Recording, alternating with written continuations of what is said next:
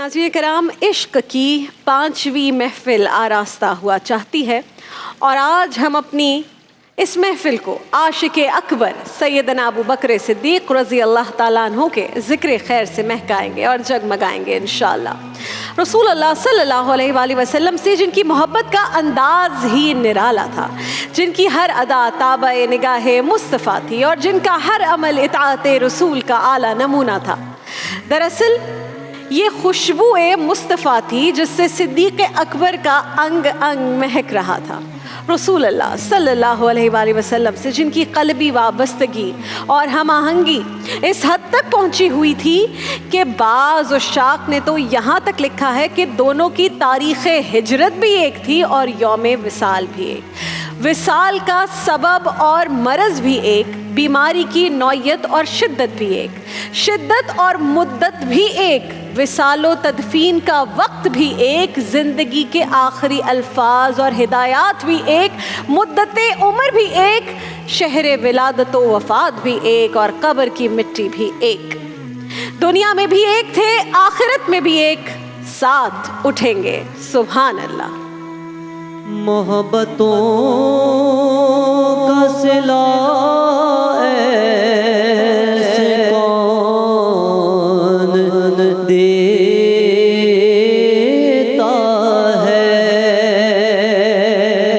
मोहब्बतों का सिला ऐसे कौन देता सुनहरी जालियों में यार ग़ार आपसे है, सुनहरी जालियों में यार ग़ार आपसे है।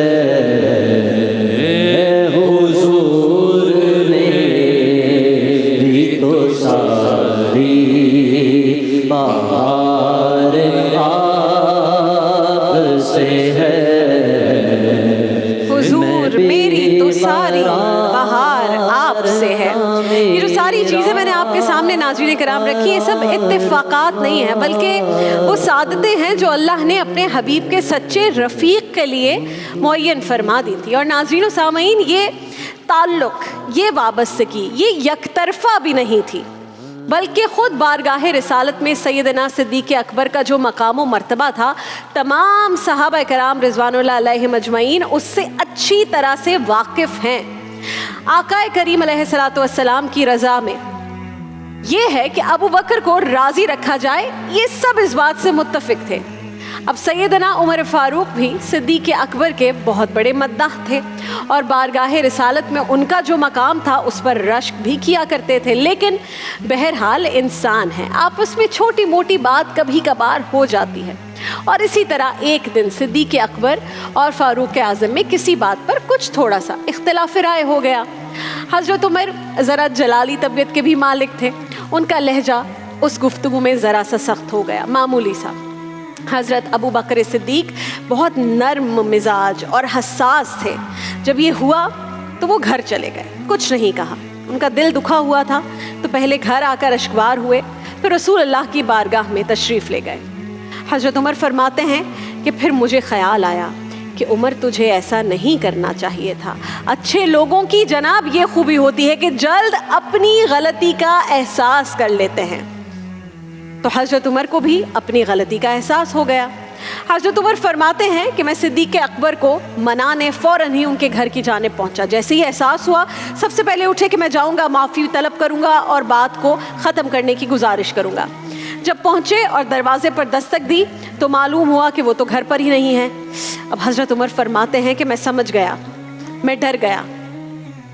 किसी से पूछा कि क्यों डर लग रहा है, क्यों खौफ आ रहा है, उमर तुम्हें क्या हो रहा है? तो फरमाने लगे कि मैं इसलिए डर रहा हूँ कि अबू बकर जब अपने घर पर नहीं होते तो रसूल की चौखट पर होते हैं।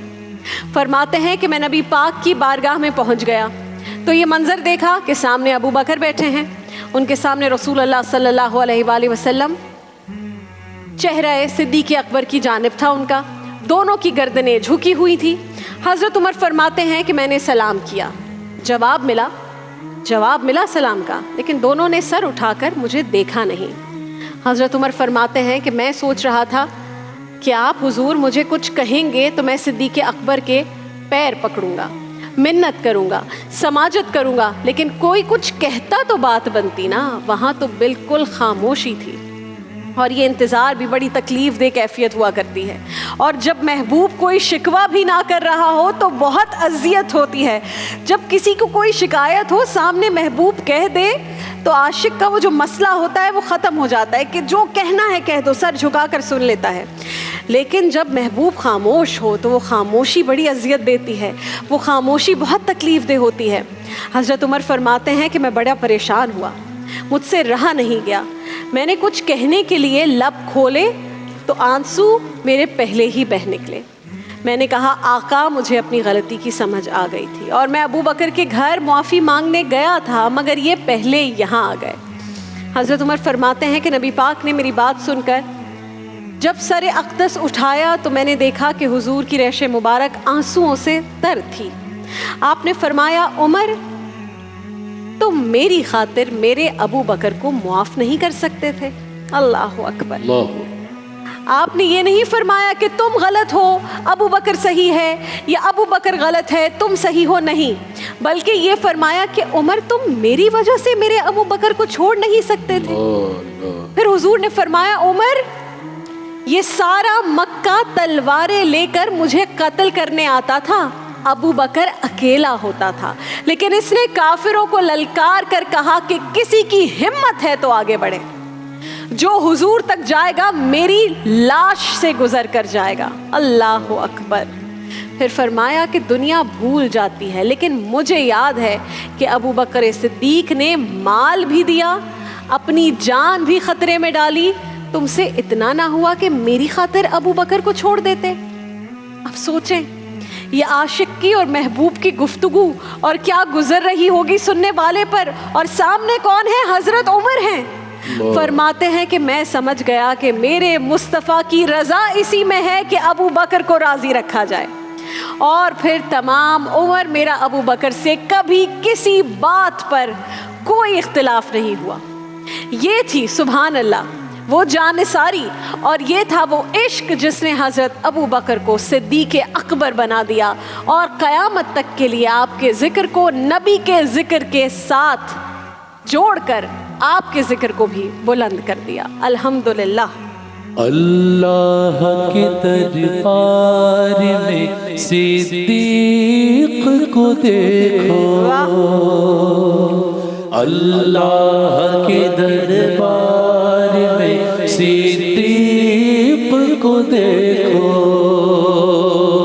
तुम पहलू सरकार में, तुम पहलू सरकार में सिद्दीक़ को देखो, अल्लाह के दरबार में सिद्दीक़ को देखो, एक लम्हे में हो जाएगा हक सच का नजारा, एक लम्हे में हो जाएगा हक सच का नजारा। हिजरत की शब उस गार में सिद्दीक़ को देखो, देखो हिजरत की शब उस गार में सिद्दीक़ को देखो। मोहब्बत और इश्क का ये आलम है। और फिर अब ये वो वक्त है जिसका मैं जिक्र करने जा रही हूँ कि रसूल अल्लाह को पर्दा फरमाए इस दुनिया से तकरीबन 1 साल हो चुका था। हज़रत उर्वा रज़ी अल्लाह ताला अन्हु रिवायत करते हैं कि रसूल अल्लाह सल्लल्लाहु अलैहि वसल्लम के पर्दा फरमाए 1 साल बाद का जिक्र है। एक रोज़ सैयदना सिद्दीक़ अकबर मस्जिद नबवी में खुतबा दे रहे हैं। आप खुतबे में जब कुछ बयान कर रहे हैं तो इसी दौरान आपकी ज़ुबान से अल्फाज अदा हुए कि रसूल अल्लाह ने पिछले साल ये फरमाया था, पिछले साल रसूल अल्लाह ने ये फरमाया था। जब ये पास्ट टेंस में इस्तेमाल हुआ ये जुमला تو آقا کی رفاقت ایسی یاد آئی کہ آنکھوں سے آنسو جاری ہو گئے. ہچکیاں لے لے کر صدیق اکبر رونے لگے. غم سے اتنے نڈھال ہوئے کہ خطبہ جاری نہ رکھ سکے اور ممبر سے نیچے اتر آئے. صدیق اکبر آقا کریم علیہ الصلوۃ والسلام سے جدائی کے غم میں اندر ہی اندر اتنے گھل رہے تھے. اس غم نے انہیں اتنا نڈھال کیا تھا کہ آقا کے پردہ فرمانے کے صرف 2 سال اور 3 ماہ بعد ہی وہ خود بھی اس دنیا سے رخصت ہو گئے. صدیق اکبر کی بارگاہ میں علامہ اقبال کے اس نذرانہ عقیدت کے ساتھ محفل کا اختتام ہوتا ہے کہ پروانے کو چراغ ہے بلبل کو پھول ہیں. پروانے کو چراغ ہے بلبل کو پھول بس، صدیق کے لیے ہے خدا کا رسول بس. مصطفیٰ کا ہم سفر ابو بکر ابو بکر، مصطفیٰ کا ہم سفر ابو بکر ابو بکر، گلی گلی نگر نگر ابو بکر ابو بکر، گلی گلی نگر نگر ابو بکر ابو بکر، احسان جس کا دین پر ابو بکر ابو بکر، لٹایا جس نے اپنا گھر ابو بکر ابو بکر، ہے چرچ جس کے عرش پر ابو بکر ابو بکر، لگے گا نعرہ فرش پر ابو بکر ابو بکر، ابو بکر ابو بکر ابو بکر ابو بکر. سالار صحابہ وہ پہلا خلیفہ، سالار صحابہ وہ پہلا خلیفہ، سرکار کا پیارا صدیق ہمارا، سرکار کا پیارا صدیق ہمارا. سالار صحابہ، سالار صحابہ وہ پہلا خلیفہ، سالار صحابہ وہ پہلا خلیفہ، سرکار کا پیارا صدیق ہمارا، سرکار کا نعرہ صدیق ہمارا. دنیا صداقت میں تیرا نام رہے گا، دنیا صداقت میں تیرا نام رہے گا، دنیا صداقت میں تیرا نام رہے گا. صدیق تیرے نام اسلام رہے گا. رہے گا، صدیق تیرے نام سے اسلام رہے گا، صدیق تیرے نام سے اسلام رہے گا. سالار صحابہ وہ پہلا خلیفہ، سالار صحابہ وہ پہلا خلیفہ، سرکار کا پیارا صدیق ہمارا، سرکار کا پیارا صدیق ہمارا. مصطفیٰ کا ہم سفر ابو بکر ابو بکر، سالار صحابہ پہلا خلیفہ، سرکار کا پیارا صدیق ہمارا، ہر شخص کا نعرہ صدیق ہمارا. دنیا صداقت میں تیرا نام رہے گا، صدیق تیرے نام سے اسلام رہے گا. دیکھیے محفل رمضان لائیو ٹرانسمیشن روزانہ دوپہر 3 بجے سے شام 7 بجے تک صرف گرین انٹرٹینمنٹ پر.